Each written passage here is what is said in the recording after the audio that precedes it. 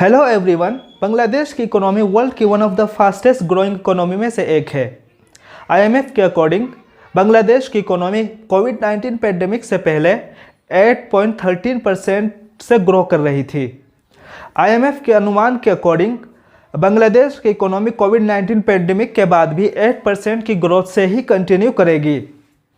अभी recently per capita income में भी बांग्लादेश ने इंडिया को पछाड़ दिया है। ये एक बहुत ही बड़ी बात है बांग्लादेश जैसी छोटी कंट्री के लिए, जिसका जन्म ही 1971 में हुआ था, एक बहुत ही ब्रूटल सिविल वॉर के बाद। और इतना ही नहीं, उसके बाद बांग्लादेश को एक बहुत लंबे टाइम तक भूखमरी का भी सामना करना पड़ा था, जिसकी वजह से बहुत सारे लोगों की जान चली गई थी। चलो अब देखते हैं कि किन बेसिक चीज़ों में बांग्लादेश ने इम्प्रूव किया है। सबसे पहले हम ह्यूमन डेवलपमेंट की बात करते हैं। बांग्लादेश ने एक आम आदमी की लाइफ एक्सपेक्टेंसी को इम्प्रूव करने के लिए भी बहुत अच्छा काम किया है।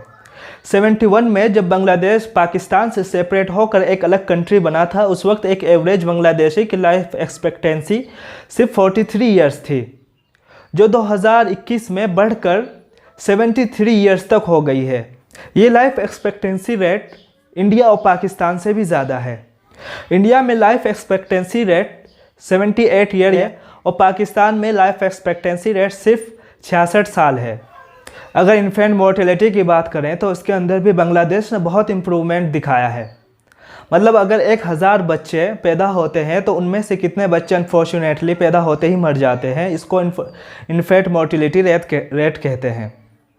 बांग्लादेश में आप देखो तो इसका रेट 1000 बच्चों में से 28 के आसपास है। मतलब अगर 1000 बच्चे पैदा होते हैं एक साल के अंदर तो उनमें से 28 बच्चे अनफॉर्चुनेटली पैदा होते ही मर जाते हैं किसी भी कारणवश। ये इन्फेंट मोर्टेलिटी रेट इंडिया के अंदर लगभग 34 है और पाकिस्तान के अंदर अराउंड 64 है।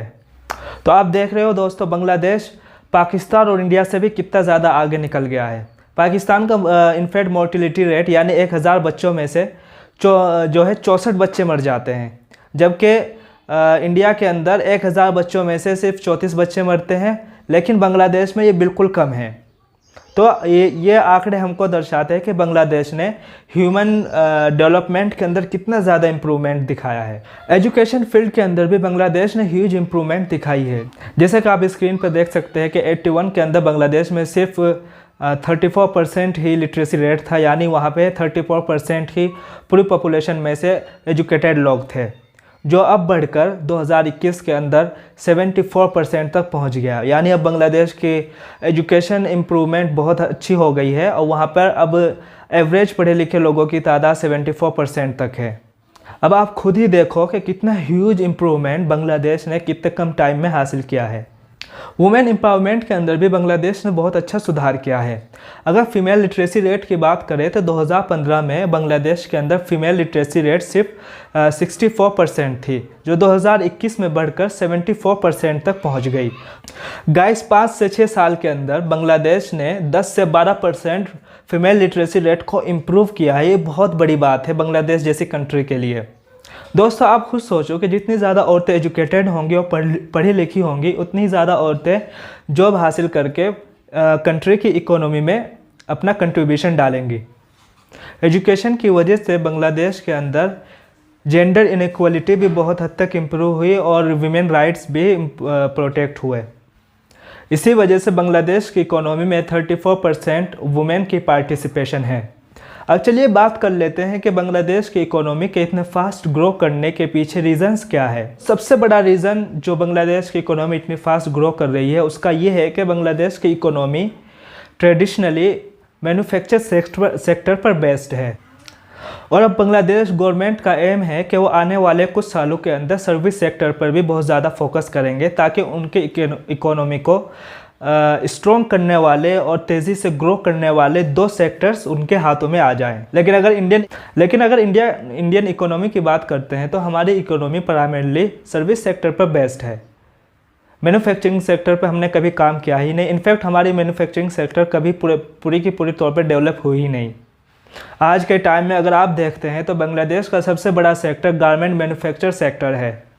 तो इसका इम्पैक्ट ये होता है कि देखो, इंडिया के अंदर जो सर्विस सेक्टर है उसकी वजह से इंडिया के अंदर हाई क्वालिटी जॉब्स है, यानी आईटी सेक्टर के अंदर जॉब्स है, उसके लिए आप कंपनीज़ जो है हाई क्वालिफ़िकेशंस मांगती है, तो वो उन्हीं लोगों को जॉब्स मिलती है जो जिनके पास हाई क्वालिफ़िकेशंस होती है, चाहे वो आईटी सेक्टर के अंदर हो, बीपीओज़ के अंदर हो, ये तमाम सर्विसेज के अंदर जो इंडिया के अंदर जॉब्स है वो सिर्फ हाई क्वालिटी की जॉब्स है। दूसरी तरफ बांग्लादेश ने मैन्युफैक्चरिंग सेक्टर में काम किया है, इस वजह से वहाँ मिलियंस ऑफ वर्कर्स को जॉब मिल गई है, जिसकी वजह से उन लोगों ने अपनी जीडीपी के अंदर भी बहुत बड़े लेवल का कंट्रीब्यूशन दिया है। मेरी राय में इंडिया का सर्विस सेक्टर तो काफ़ी हद तक बहुत अच्छा है और उसने बहुत ज़्यादा इम्प्रूवमेंट भी दिखाया है, लेकिन हमें दूसरी तरफ ये भी करना चाहिए कि अपने मैन्युफैक्चरिंग सेक्टर पर भी काम करना चाहिए।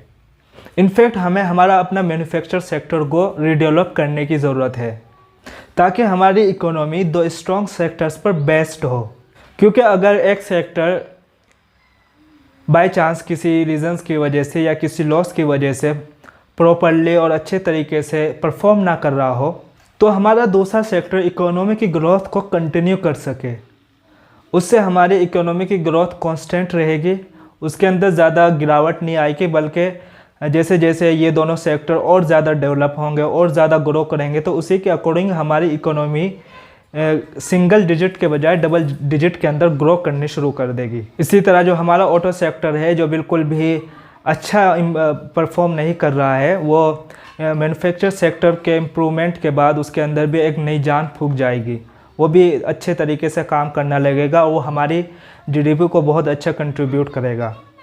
दोस्तों, आपको क्या लगता है कैसे हम बांग्लादेश की तरह अपनी इकोनॉमी की ग्रोथ को इंक्रीज़ कर सकते हैं? क्या हमें मैन्युफैक्चरिंग सेक्टर को इम्प्रूव करने की ज़रूरत है? आप अपनी राय को हम कमेंट सेक्शन के अंदर अपने सजेशन देकर बताएं। तो अगर आपको वीडियो पसंद आती है तो हमारी वीडियो को लाइक कीजिए, इसको अपने दोस्तों तक शेयर कीजिए, और अगर आप चाहें तो हमारे चैनल को भी सब्सक्राइब कर सकते हैं।